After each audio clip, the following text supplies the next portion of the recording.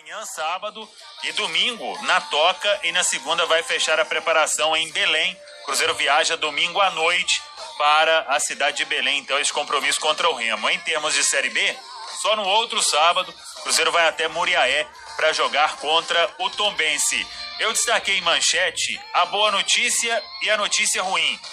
A boa notícia é que o João Paulo está liberado, totalmente recuperado. João Paulo passou os últimos dias fazendo um trabalho de fortalecimento, de reequilíbrio muscular, mas o Cruzeiro perde aí, acho que para o jogo contra o Remo, para o jogo contra o Tombense, o centroavante Edu. O Edu teve uma lesão muscular na coxa, ele reclamou isso depois do jogo contra o Brusque, fez o gol da vitória diante do Brusque, e o Edu então será baixa para os próximos jogos do Cruzeiro. O Canezinho também ainda não volta. Romano, já que você tinha adiantado o assunto, o Rodolfo deve ser o centroavante. Eu só adiantei porque eu achei que você ia falar no primeiro. Mas é bom que ficou para a segunda parte, segurou a audiência, foi inteligente. Rodolfo deve ser o substituto. Lembrando que ele pode jogar a Copa do Brasil, porque o América só vai estrear agora na terceira fase, então ele não atuou pela competição. Pois é, e um detalhe interessante. Óbvio que perde com a ausência do Edu, com certeza. O Edu é mais goleador que o Rodolfo. O Rodolfo é um jogador mais móvel, de maior mobilidade. Ele sabe cair pelos lados, ele abre um espaço para infiltração ou de um outro jogador de lado, ou até mesmo de um meia. A volta do João, eu acredito que pode casar bem com o Rodolfo ali, porque o Rodolfo sai da área, abre um corredor para a entrada do meia. Vai ser uma perda grande, mas prestem bastante atenção. Foi o primeiro jogo do Rodolfo apenas. O Rodolfo já mostrou para que veio. O Rodolfo está motivado. No América, ele acabou perdendo a motivação. Essa mudança de ares para ele foi muito boa. E eu acho que ele vai acrescentar muito a esse time. E principalmente ao esquema do Paulo Pessolano. O esquema dele são de jogadores de mobilidade na frente. E o Rodolfo sabe fazer isso. Pois é, agora, para esse compromisso contra o Remo, o Pessolano terá o Zé Ivaldo e o Jajá à disposição.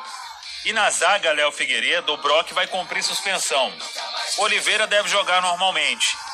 Zé Ivaldo ou Wagner? Teria de quem? Zé Ivaldo. Apesar de achar que o Wagner Leonardo vai ser um cara que vai ajudar muito o Cruzeiro nessa campanha, tá? Pro estilo de jogo que o Pessolano propõe, de fazer uma marcação mais alta, tem uma zaga que acaba ficando mais exposta, você precisa de jogadores que tenham um pouco mais de velocidade. Pela juventude do Wagner, eu acho que ele pode acabar conquistando um lugar nesse time. Mas o Zé Ivaldo vinha jogando pelo Atlético Paranaense, algumas vezes não era titular, mas quase sempre participava de jogos. Ele é um zagueiro muito forte, tudo, mas ele não é um cara lentão. Um grande exemplo para o ouvinte e para a turma que nos acompanha no YouTube se lembrar, a jogada, o gol do Atlético Paranaense naquela sapecada que tirou o Flamengo da Copa do Brasil foi dele. Terceiro lá no Maracanã. O terceiro gol, ele recupera a bola, toca e se manda e vai lá para fazer o gol. Então, eu iria de Zé Ivaldo, porque acredito que ele tenha potencial, inclusive, para ser um zagueiro titular no Cruzeiro. E como o Brock está suspenso, tá até fácil pro Pessolano para fazer essa troca. Aí o Zé Ivaldo vai bem, agradece o Brock, espera um pouquinho aqui agora, Brock. Pois é, e lembrando que o Zé Ivaldo e o Jajá, eles podem atuar na Copa do Brasil, porque o Atlético Paranaense, assim como o caso que eu citei do América, o Atlético Paranaense só entra na Copa do Brasil agora, na terceira fase, então eles não atuaram pela competição. Sobre os três outros jogadores, o Luvanor atacante, o Rafael Silva atacante e o Leonardo Paes, meio atacante, eles ainda não foram regularizados. O Cruzeiro terá segunda-feira para tentar fazer isso, senão eles não podem atuar na terça diante do Remo pela Copa do Brasil. Agora, o Romano até tinha comentado há pouco sobre um substituto para o Rômulo ou uma concorrência. Pelas informações, o Paulo Pessolano pode usar o Leonardo Paes ali também.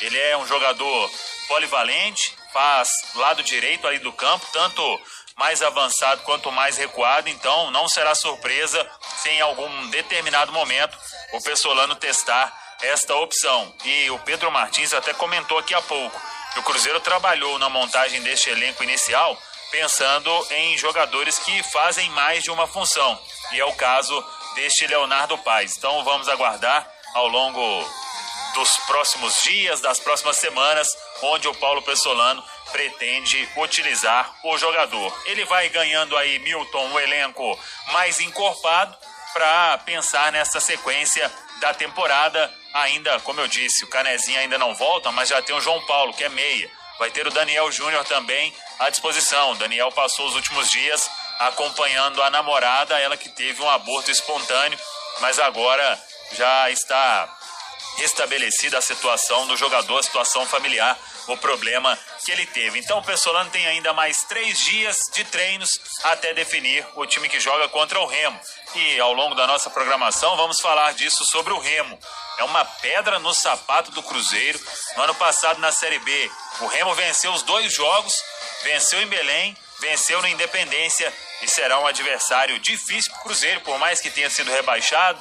Vai jogar a Série C do Campeonato Brasileiro, mas é duelo difícil e importante para o Cruzeiro, porque tem uma verba interessante para avançar para a próxima fase da Copa.